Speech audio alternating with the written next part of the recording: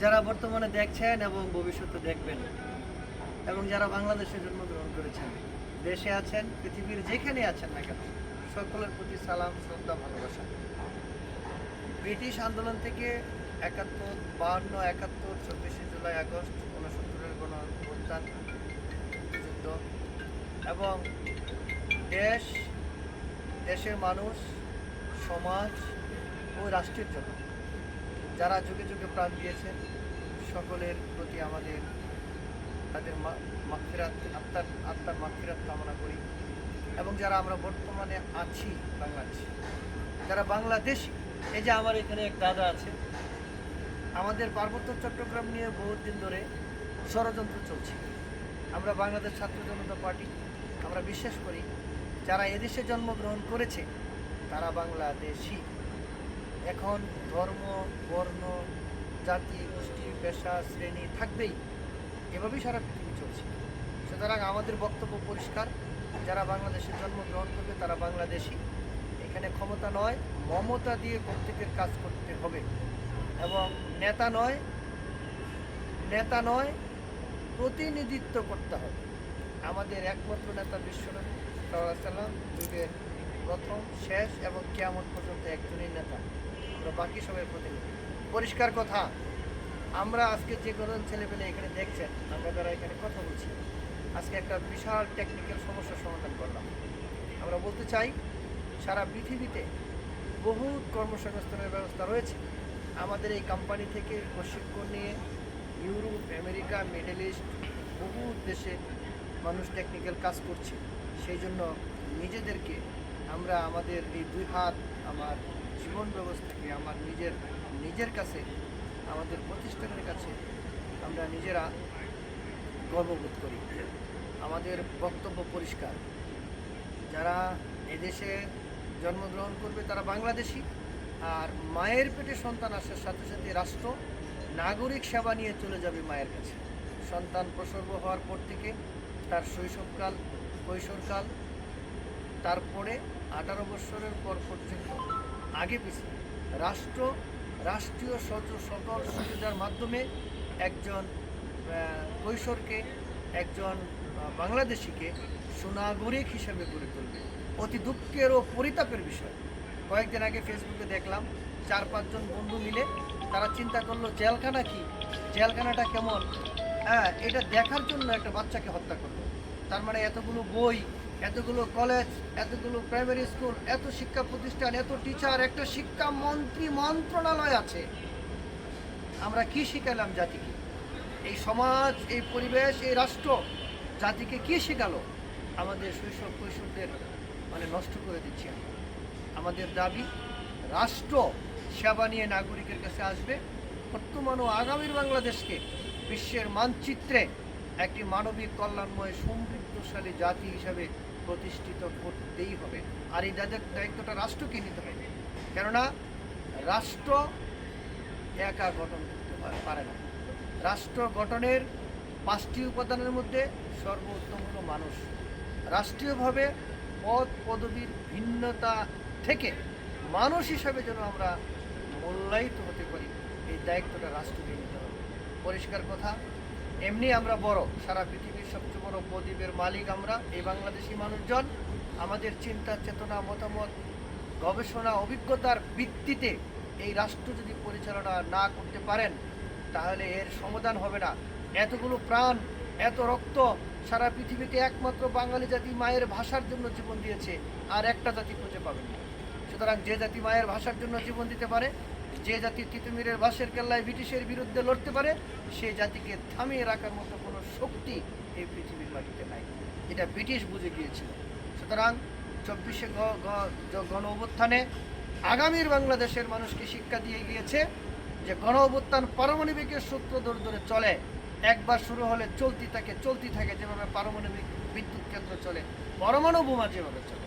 সুতরাং যে মা সন্ধ্যার পরে দুধের শিশুকে গণভবনের ঘাসের উপরে বসিয়ে দুধ পান করিয়েছে, সেই মা ওই সন্তানকে আগামীর গণ অভ্যুত্থানের জন্য রাস্তায় ছেড়ে দিবে, এটাই আমরা বিশ্বাস করি। সুতরাং আমরা বলতে চাই, দেশ আমাদের, সারা পৃথিবীতে যেহেতু আমরা সবচেয়ে বড় বদ্বীপের মালিক, আমরা মনে করি এই যে আপনার খাল কাটার নামে একটা কথাবার্তা চলছে, এইসব টালবাহানা। অবশ্যই খাল কাটতে হবে। কিভাবে? আমাদের সিলেট অঞ্চল থেকে শুরু করে চট্টগ্রাম, এটার একটা কার্ভ আছে। আপনারা জানেন পৃথিবীটা ডিমের মতো গোল, অনেকটা গোল এরকম, এটা সবাই জানি আমরা। সুতরাং সিলেট থেকে শুরু করে আমাদের যে পৃথিবীর আর্থের ভৌগোলিক যে কার্ভটা আছে, সেটা আন্তর্জাতিক মানের গবেষণা করে উজান থেকে আসা নদীগুলোকে এমনভাবে ভি টাইপের খনন করতে হবে যেন অতি বর্ষা বর্ষার পানি দ্রুত সমুদ্রে চলে যাবে। সেক্ষেত্রে অতি জলাশয়, বন্যা আমাদের কোনো ক্ষতি করতে পারবে না। ফেনীর বন্যা, 88-র বন্যা, 98-এর বন্যা যদি এখনো বাংলার যারা মসনদে বসে আছেন তাদের বিবেককে যদি না নাড়া দিতে পারেন, বাংলার মালিক, বাংলাদেশের মালিক জনগণ জেগে উঠবেই। আমাদের পরিষ্কার কথা, আজকে কলমাকান্দা নেত্রকোনায় হেক্টরকে হেক্টর ধান নষ্ট হয়ে গিয়েছে, কিন্তু আমাদের দেশে একটা কৃষিমন্ত্রী আছে, মন্ত্রণালয় আছে। তারা কেন ভাবে না? তাদেরকে ভাবতে হবে। আন্তর্জাতিক মানের গবেষণামূলক কার্যক্রমের মাধ্যমে খালগুলা খনন করে বর্ষাকালে পানি চলে যাবে সমুদ্রে, শীতকালে শীত মৌসুমে আমরা যেন পানি ব্যবহার করতে পারি, সেজন্য সুইচ গেট, কাভার ট্যাপের মাধ্যমে জলাশয় রিজার্ভেশন থাকতে হবে।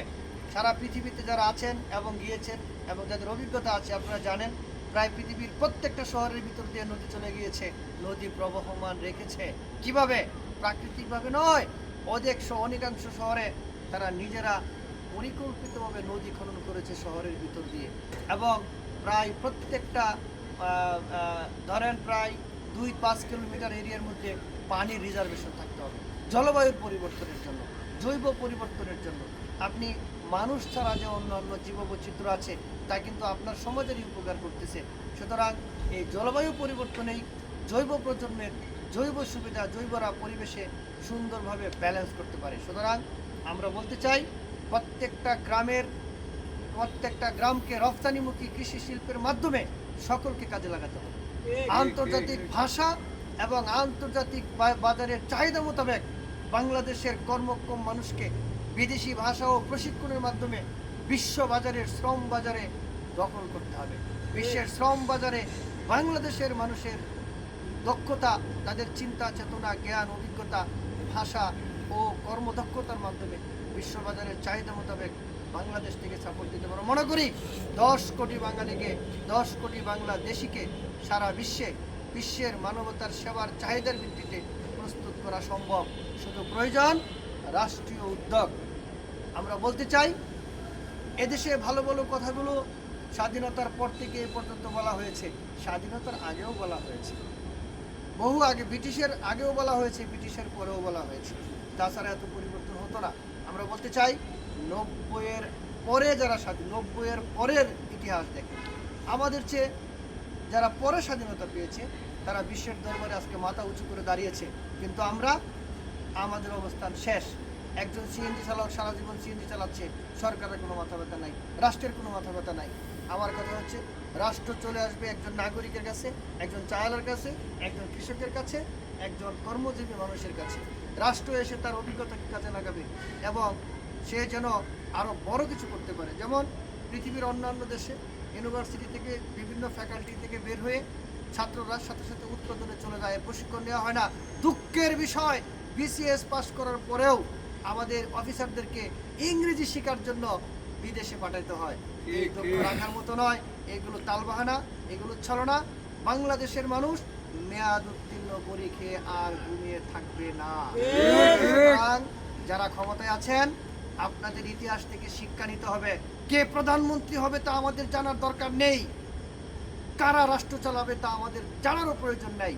আমরা চাই শতভাগ মৌলিক অধিকার প্রতিষ্ঠার জন্য সংসদে কথা বলতে হবে। আর যদি কথা না বলতে পারেন, আপনাদের এই মেয়াদ উত্তীর্ণ ইতিহাস, যারা বিজয়ীদের দ্বারা লেখা ইতিহাস ভুলে ভ্রান্ত ভরা। আমরা এই মিথ্যা ইতিহাসে বিশ্বাস করি না।